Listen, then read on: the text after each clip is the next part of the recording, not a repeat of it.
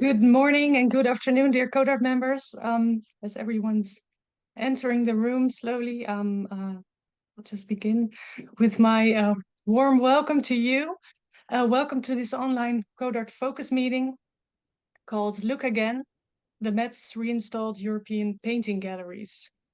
In a few minutes, we will take you to New York to talk about this reinstallation that took place at the Met from 2018 and ended with the reopening in November 2023.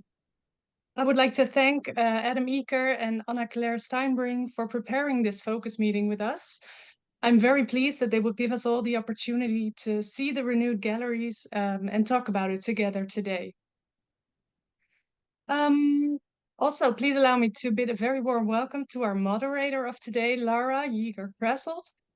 Lara is curator and department head of European painting and sculpture at the Baltimore Museum of Art, where she is responsible for European art produced between 1400 and 1800.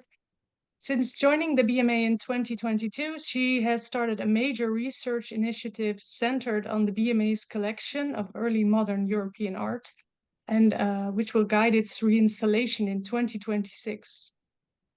She received her bachelor's from Vassar College and her PhD in art history from the University of Maryland. Previously, Lara was curator of the Leiden collection, as many of you will know, in New York, and interim curator of painting and sculpture at the Clark Institute. Her exhibition, Watershed, Transforming the Landscape in Early Modern Dutch Art, will open at the BMA next week on the 9th of February. So this must be a very busy period for you. So all the more thanks to you for chairing this session. And I will now give the floor to you. Enjoy. Thank you, Marcia. Good morning, everyone. Good afternoon. Nice to see you all. And I'm very excited for today's program. So today's program is going to begin with a short video, followed by two lectures, the first by Adam, the second by Anna-Claire. And I'm very happy to kick things off today by introducing both of them. Adam Eker is Associate Curator of European Painting and Sculpture, European Painting, sorry, that's... I always am adding sculpture in there. European paintings at the Metropolitan Museum of Art, where he was responsible for Northern European and British painting before 1800. He studied art history at Yale University and Columbia University and received his PhD on portraiture of Rubens and Van Dyck in 2016. Before joining the Met, Adam served as the Anne Poulet Curatorial Fellow and subsequently guest curator at the Frick Collection. At the Met, he has curated In Praise of Painting, Dutch Masterpieces at the Met in 2018, and co-curated the Tudors, Art and Majesty in Renaissance England in 2022. Adam has published monographs on Anthony van Dyck and most recently, Gesine ter Borch. Anna-Claire Steinbring is Assistant Curator of European Painting at the Metropolitan Museum of Art, where she's responsible for the collection of 15th and 16th century paintings from Northern Europe. She studied art history at Oberlin College, Williams College, and the University of Pennsylvania, where she received her PhD on the Antwerp painter Jan Sanders van Hemissen in 2022. Anna-Claire has held fellowships at the Rijksmuseum and the Met, and most recently served as the Poulet Curatorial Fellow at the Frick Collection. She has curated the Frick Madison Display Master Printmakers of Northern Europe, Durer, Rembrandt, and Van Dyck in 2023, and co-authored Bruegel's Three Soldiers with the contemporary artist Salman Tor, a volume in the Frick Diptych series that is forthcoming this spring. A warm welcome to you both, and I think we will begin by starting the video tour. Thanks so much, Laura. This video will not be a proper tour, but just a few impressions of some of the juxtapositions that you'll see in our galleries, which I hope many of you will have the chance to visit in person. We're starting in an introductory gallery that juxtaposes large-scale works by Tiepolo with other traces of classical antiquity loaned from different curatorial departments. It's also a gallery that provides an orientation with maps and introductory texts. So the next gallery focuses on what is painting in the early modern European tradition. You can see some works in this gallery are not like the others. These are generous loans from modern contemporary, including by Max Beckmann. And these are works that were carefully selected, modern works carefully selected for their engagement with the longstanding altarpiece tradition. You'll see Italian polyptychs, but also French and Netherlandish multi-part altarpieces in this gallery.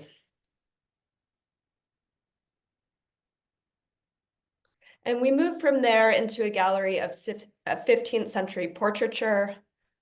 This is portraiture from both north and south of the Alps. Memling's portraits of Tommaso and Maria Portinari, who were prominent Florentine expats in Bruges, attest to the historical accuracy of combining our Italian and Netherlandish portraiture collection. This gallery is also an opportunity early in the chronological progression of our 45 galleries to have visitors encounter non-religious subjects. So we're skipping ahead a number of galleries in our suite of galleries to another gallery focused on portraiture. Here it's portraiture of 16th century Europe from across regions. And so you see that portraiture is one of several themes that reoccurs across the installation. This gallery brings together masterpieces of early landscape by Bruegel and Patinier, with, among others, Piero di Cosimo's panels imagining the early prehistory of humanity. And this gallery shows experimentation before landscape had been established as an independent genre. And so there's that sense of possibility and artistic play here.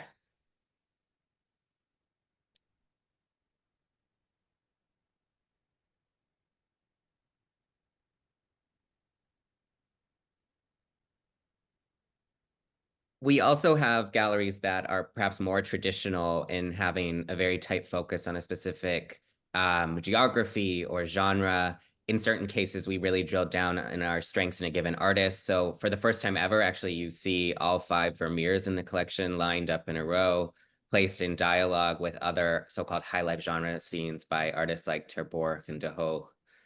Next door, we also have a gallery devoted to Rembrandt, perhaps one of the most strongly represented old masters in our collection.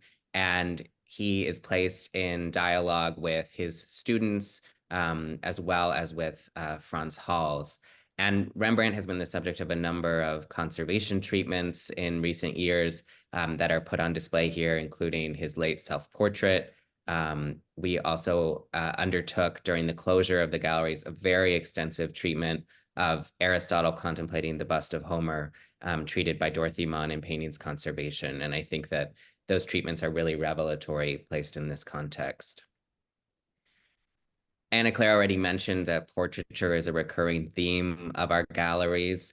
And I think one of the most striking of those galleries is this one devoted to Baroque portraiture across Europe, really the theatricality, where we have our great portraits by Rubens and Van Dyck placed in dialogue with French and Italian works, also with sculpture. This was a gallery that we developed as a kind of experiment in thinking across national schools, and one that we carried over into the new hang. You then progress through Italian Baroque and then return to the Flemish Baroque in a gallery about history and religious painting, anchored by our monumental hunt scene by Rubens, but also with works by Sweerts, by Ter Borch, a recently conserved Schalken, thinking about history painting and the body in Baroque art. So this is one of several galleries showcasing our Netherlandish paintings collection.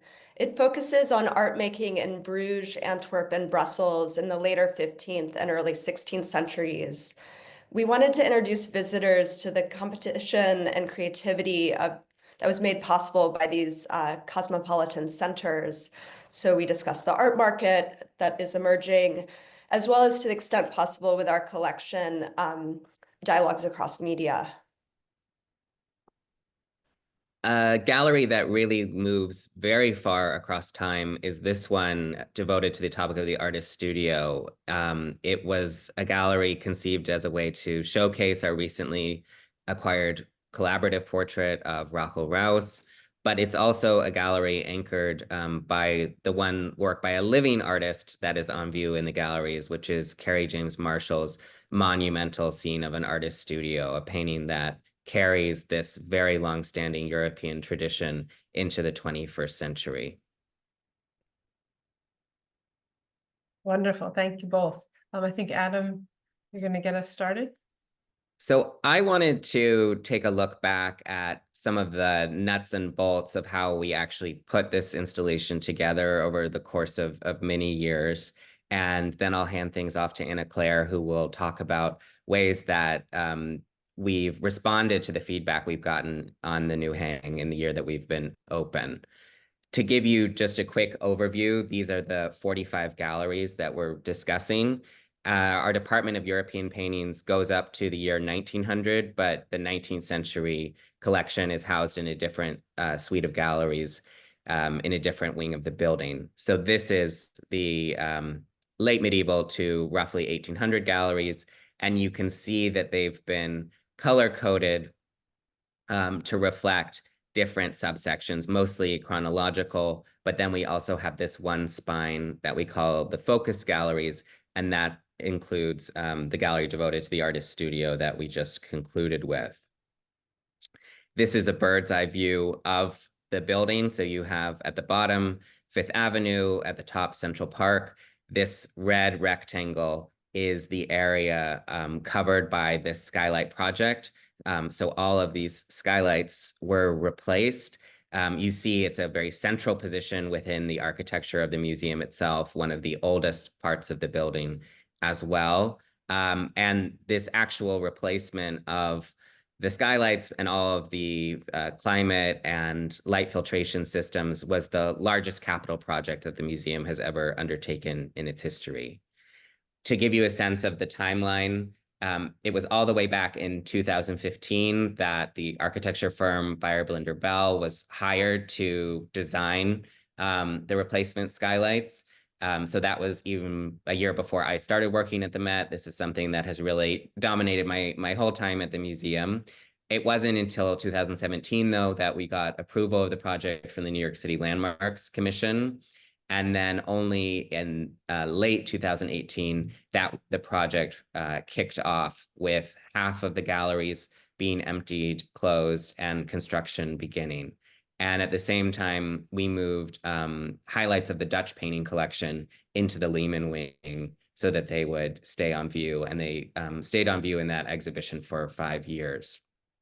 In fall 2020, just as the museum reopened during the pandemic, we were able to get back in the building and return to the completed galleries to install a temporary hang that condensed the whole collection into half of the suite, so into roughly 25 galleries.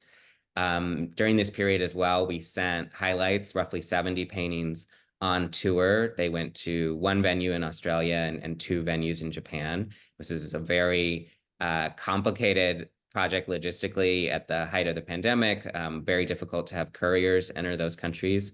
But in the end, it was a very meaningful project for us as a way to stay connected during that time of isolation. The construction was finally completed in February 2023. And at that point, all of the galleries were closed to the public. So there were almost no European paintings on view for about 6 months, except for temporary exhibitions. And we worked very intensely in that time to reinstall, finally reopening in November of 2023. Just to give you a sense of all the people involved, this was our core team, although there are many people who aren't named on this slide. Unfortunately, Anna Claire only joined us a month before we reopened, so we weren't able to draw on her expertise for the initial phase of curation, but the curatorial team was our department chair, Stefan Wolahojan, who's also a specialist in the Italian Renaissance. I covered the Northern European painting. David Pollens covered Southern Baroque and 18th century. And then we had a research associate and project coordinator, Tiffany Rocco, who's also a specialist in Italian Baroque painting and contributed a lot to that display. We had a collections management team. We had many technicians doing the physical work of installing, including freelance technicians we brought in, especially for the project. The whole project was managed out of our exhibitions department and really classified as an exhibition, which freed up some resources for us within the bureaucracy of the Met. So we had 2 different project managers from the exhibitions department, a design team led by Dan Kershaw, who was the architect, and Mort Lebig, who was the graphic designer, a team from our constructions department, and an editor for all of the new texts that had to be written and refined. And then we also worked closely with an interpretive advisory committee, and that had representatives from the museum's digital, education, and editorial departments. Some key stages in developing the new installation as opposed to the physical construction of the galleries. The original plan, which may be surprising, is that we were actually just going to put the paintings back where they had been when we closed. These galleries were totally reinstalled as recently as 2013. And I think the idea was that that installation was quite successful and should be recreated. However, over the very long course of the project from 2015 to 2023, there was a lot of turnover curatorially in our department. We had a new department head, new curators, including myself, David, and Anna Claire joining the department. And we also have a new museum director. So we did get a mandate to really rethink the galleries to reflect changes in art history, social questions. And so it was really only in 2021, 6 years after the project was kicked off, that we began the work of conceiving what those new narratives would look like. And the way we approached that was to roughly map out the geography and chronology in the way that you saw in that initial slide. That happened pretty early on. And then those were divided among the different curators based on our areas of expertise. Some galleries were assigned to 2 or 3 curators if they were looking across geography or time. And then we met pretty much constantly to present ideas casually and then more formally to each other. And then starting in January 2022, this interpretive committee was formed with representatives from education and digital and editorial. And we started having near weekly meetings with them where we would very formally present our ideas for specific galleries. And basically every weekend for a year, we were all writing labels, submitting labels, getting our labels edited. So that was one of the most time-consuming aspects, was actually all the work on the didactics. And it was only then in February 2023 that we actually began the work of installing, and had about 6 months to do that. While we were closed, we had the opportunity to try out different ideas with temporary displays in different locations throughout the museum. One of the main opportunities I had was this 5-year-long display of about 70 of our 17th century Dutch paintings in the Lehman Wing. Architecturally, that's a very different space from the more traditional galleries. So I got to think very differently with the collection and develop different subsections, almost all of which then ended up becoming their own galleries in the finalized hang. A few key principles of how we approached conceiving the gallery. Every label was rewritten. And as I mentioned, that was almost the heaviest lift of the whole project, going label by label. We also installed overview labels in our galleries, which was something we hadn't had before. Actual large text on the wall of each gallery, orienting visitors to it, proposing an argument about a given time or place or a movement in art. Having those labels on the wall meant sacrificing probably 45 paintings that could have otherwise been on view, but we felt it was really necessary to orient our visitors. We retained a roughly chronological display with, as Anna Claire already mentioned, selective interventions, and talking to different stakeholders. There was a lot of anxiety, I think, that we were going to have contemporary art in every gallery. We definitely didn't go that route. You will only see modern works, meaning 20th or in a few cases 21st century, in 5 out of the 45 galleries. So we were very selective, and we wanted those to only be examples where we knew that an artist such as Picasso was looking at a specific painting in our collection. So very clear links. as a general principle, we wanted to mingle so-called national schools much more than we had done before at the Met, where you did have a pretty strict segregation between, say, Italian and Flemish painting. But sometimes galleries are keyed to a very localized geography, as in that gallery Anna Claire already mentioned, dedicated to Bruges, Brussels, and Antwerp. We wanted to work as closely as possible with our curatorial colleagues and invite them to share this very prime real estate within the gallery. We were limited, though, by the fact that we had preserved the natural light in the galleries through this extensive project. So we can't have works on paper, we can't have textiles, many kinds of stained wood, we can't have.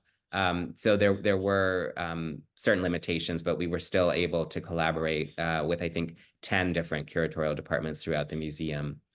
We also developed a list of what we called collection highlights that received their own special labels. There are 1 or 2 of those in every one of the galleries.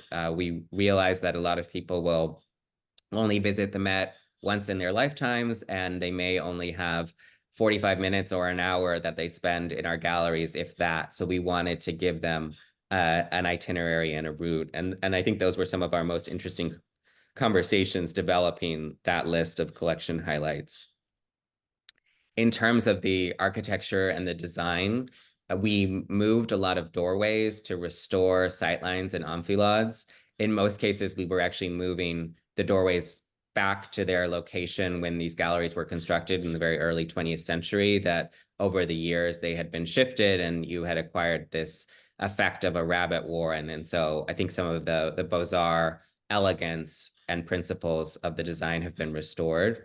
If you visited our galleries before we closed, you'll recall that there were many, many shades of gray. Every gallery was its own shade of gray, which was kind of a nightmare for printing labels and making sure the color matching was correct.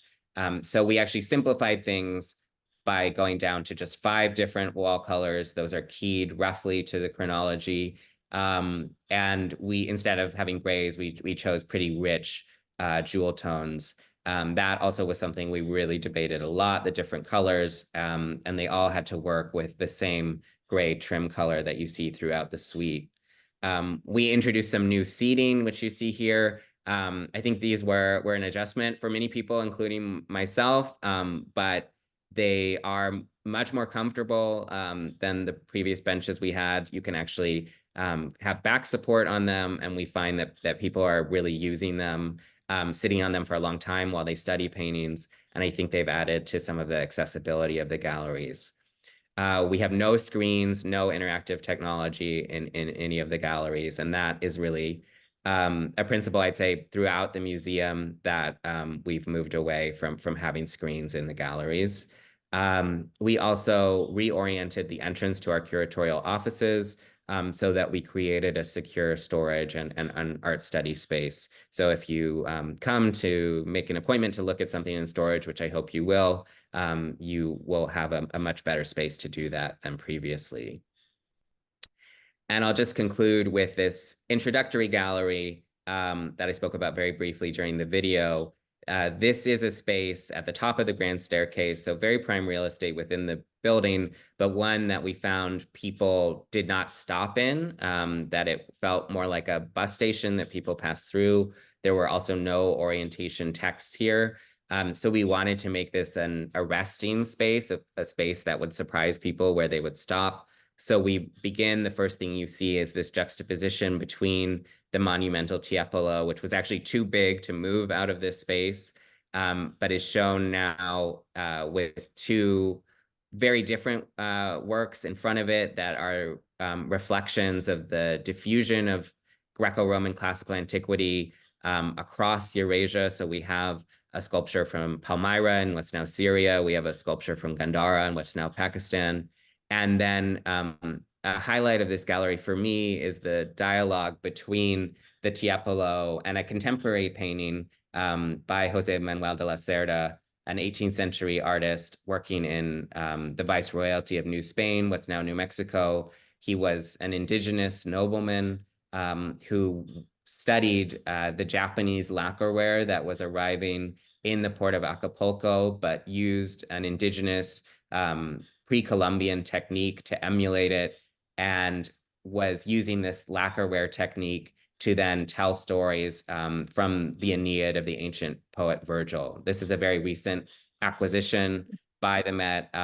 It's from a suite of what were originally, I think, 14 massive bowls that were commissioned by the wife of the Viceroy of New Spain. So you have here two 18th century painters responding to Roman history or myth in very different ways. And this is the kind of globalized, cross-departmental dialogue that we really wanted to foster in our new hang. We've had a lot of interesting and mostly positive responses to the hang, but I'll hand things off to Anna Claire now to tell you more about that. Thank you, Adam.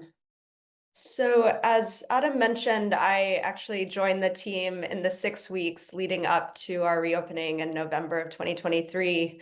So along with just the final days of install, I've been more involved with the public-facing aspects of the reopening. So we had a 30-minute video introducing visitors to some key themes and highlights. I was involved in that. We've done a number of tours, both to colleagues and also to donors and education programs that I'll speak about a bit more later in the presentation. I want to spend some time looking at a few other galleries that weren't in that initial video you saw that feature our Northern Early Modern collection. And then from there, I want to speak about a rotation that I'm curating with David Pullins in the Artist Studio Gallery when the Carrie James Marshall is going to leave on loan. That gallery will rotate to a new theme, and I'll tell you more about what we have planned that will be for this summer, as well as some ongoing programming.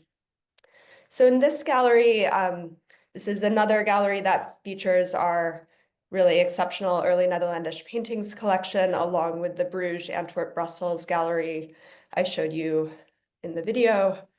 Of course, it showcases masterpieces such as our Van Eyck panels and Roger portrait.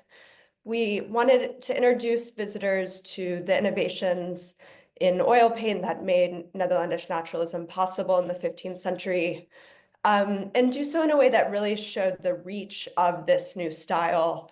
So you can see the Antonello da Messina, Christ crowned with thorns, at the far back left in this picture. And so those cross-cultural connections are foregrounded also with our two Juan de Flandes panels that were created when the artist was in Spain, including the Christ appearing to his mother, of course, a copy after a portion of the Miraflores altarpiece by Roger made for Isabel of Castile.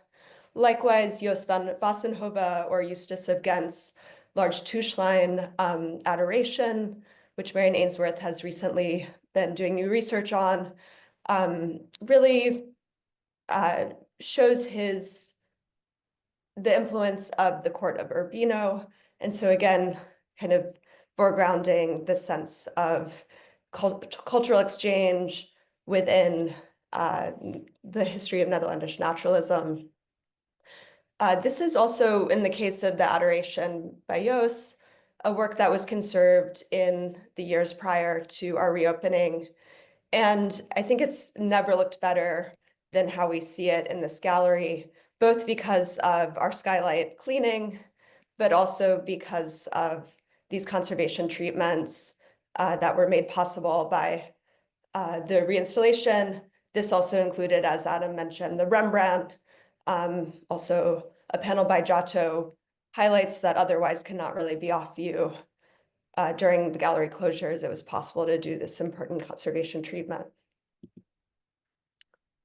So I want to speak as well a bit more about these spine galleries that bisect the chronological progression. So as Adam mentioned, there's a bit more of a focus gallery structure or ability to be thematic beyond some of the chronological distinctions we're otherwise making. So Adam has spoken about Gallery 638, which is the artist studio, and I'll tell you about a few other galleries in those thematic spines.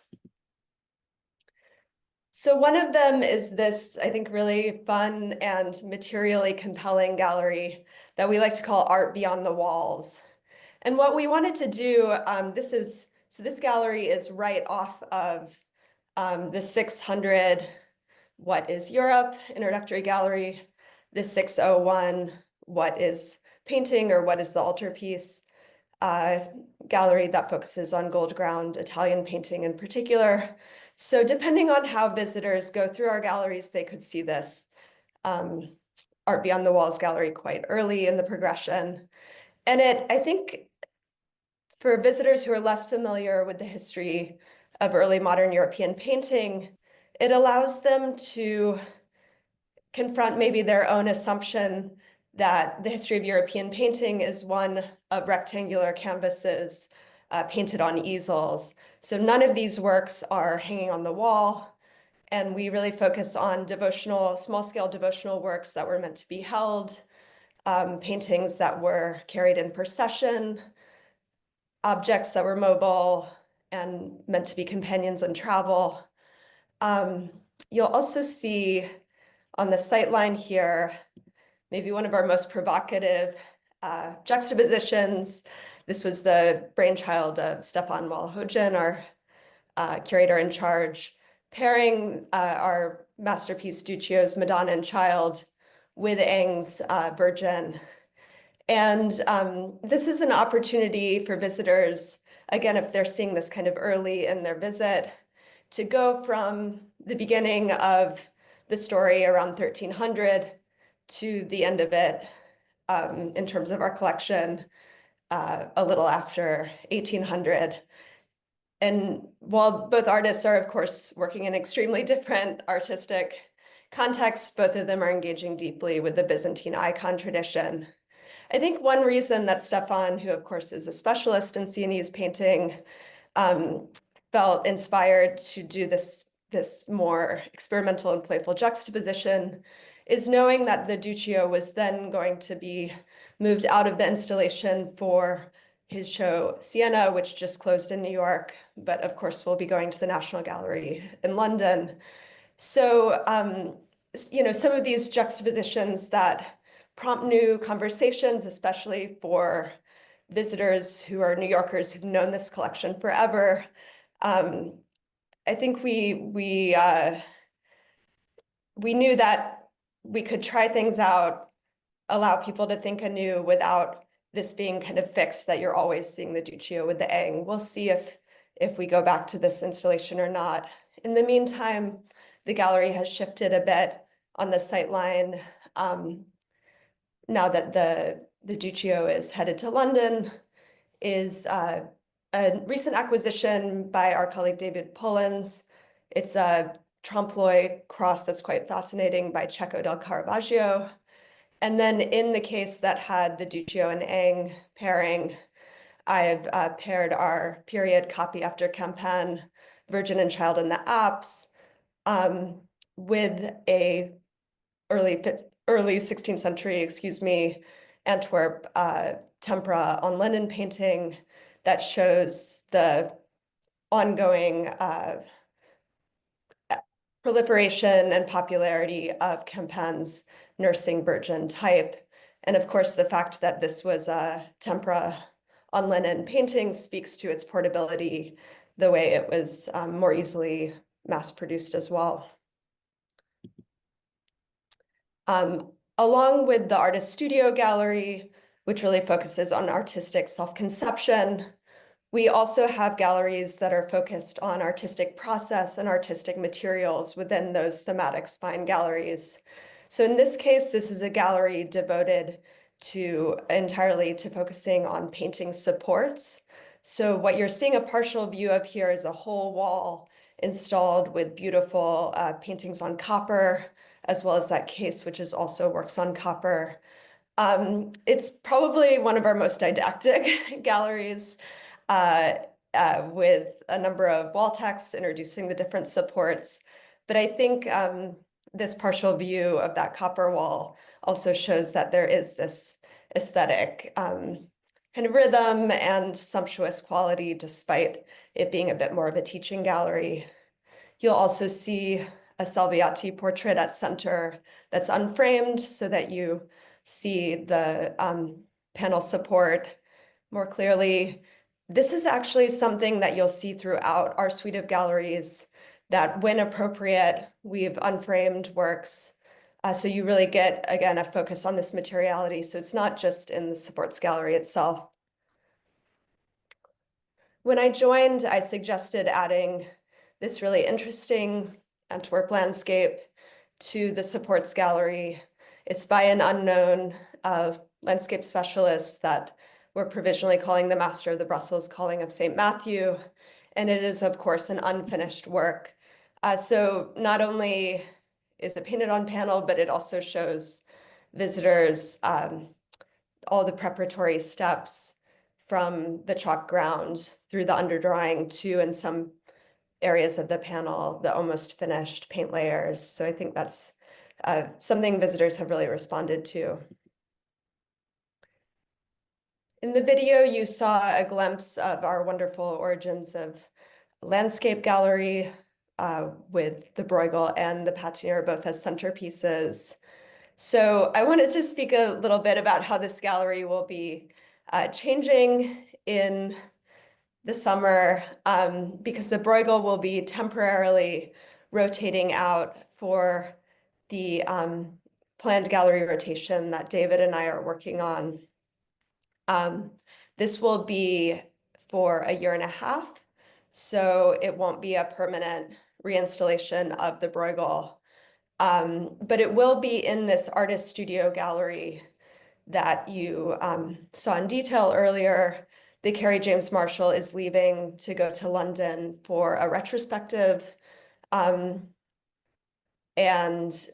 that is such a centerpiece of the gallery, even though it's alone, that we are changing the theme.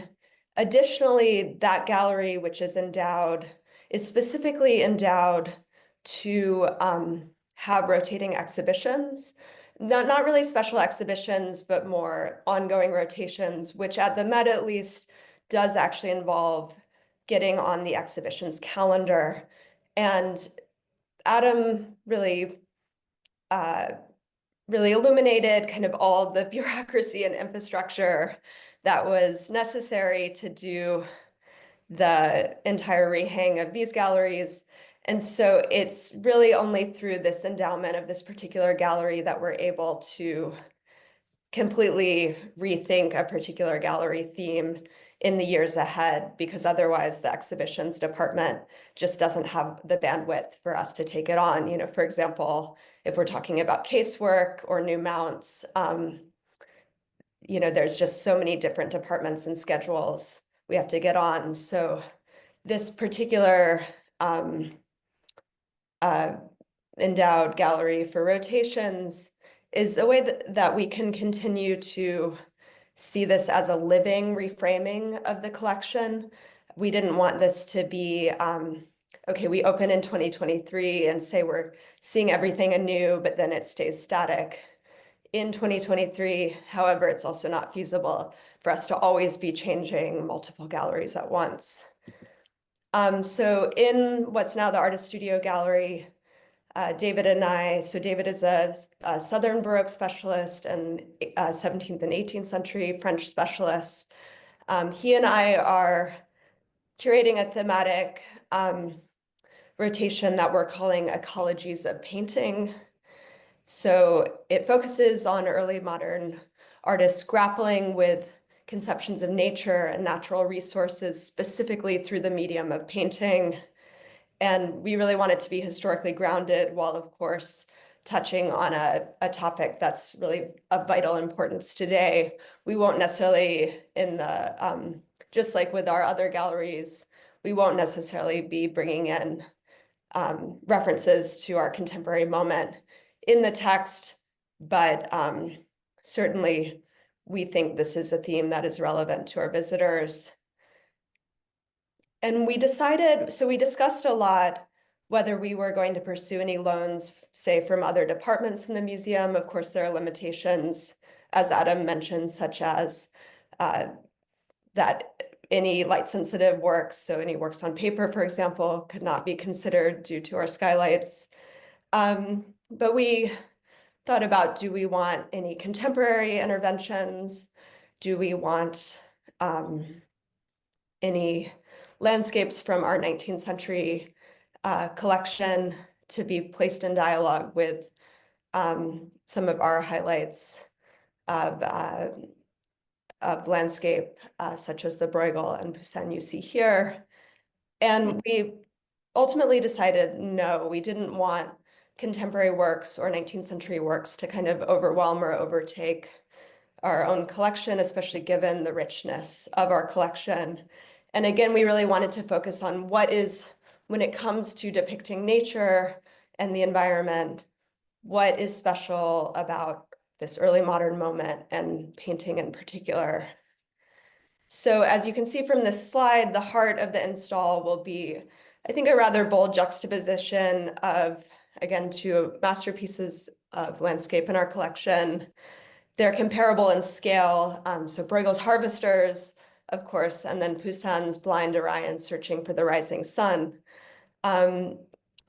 Highlights from both my area of the collection, but also David's. They're comparable in scale, but we didn't want them to fight each other side by side on the walls. So they're going to be anchoring opposing walls. And this is, I think, an opportunity to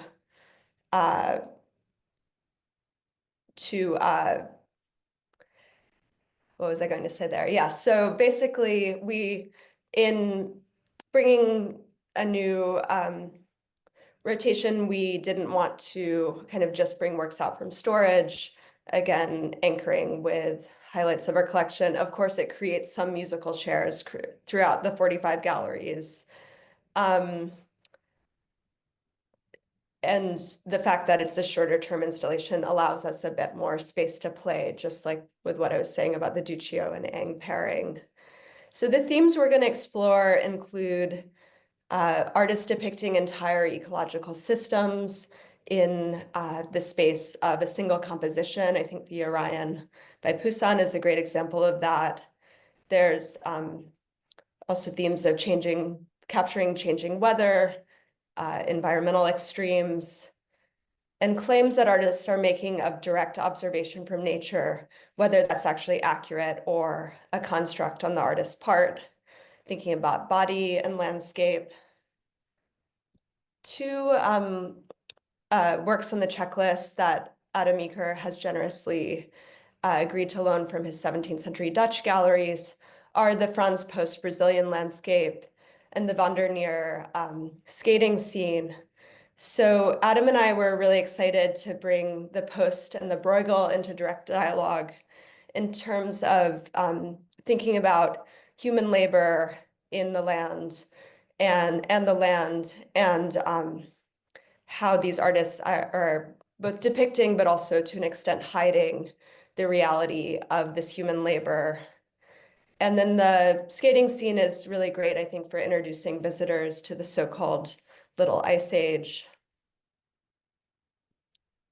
I'm going to bring this beautiful Jos van Klebe, Virgin and Child, which has such a spectacular landscape by Jos's collaborator, as well as still life elements into this particular gallery. I'm really interested in kind of the symbolic tying of the Virgin's body to both the landscape and the still life.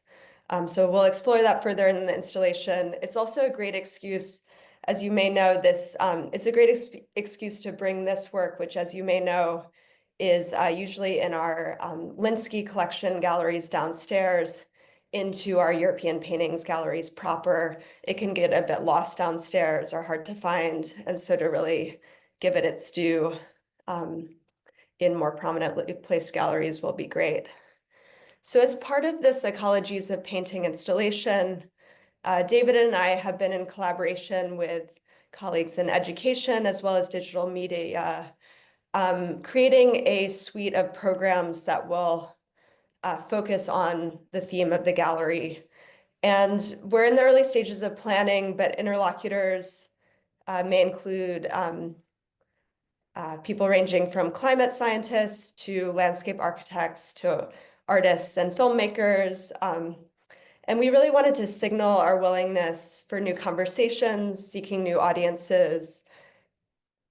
Again, I mentioned that despite the relevance of this topic to the current moment, we won't be making references to our contemporary time in the wall text itself, but the programming is a way to really make some of those connections to what we're grappling with today. And this work with education on the ecologies of painting gallery is also part of a larger project that I'm embarking in with education, of course, in close collaboration with the other curators of Look Again, to continue to animate our galleries with programming, education programming. We had programming celebrating the reopening in November of 2023 that included, I was just going to say with Ecologies of Painting, quite excited about it, but rest assured that the Bruegel will in 18 months' time be returning to the origins of landscape. So I think this really classic hang, you won't lose it. And with the programming, really successful programs we've had so far have included this great teen copyist program where teenagers are actually, high school students are actually painting in our galleries directly from the works themselves.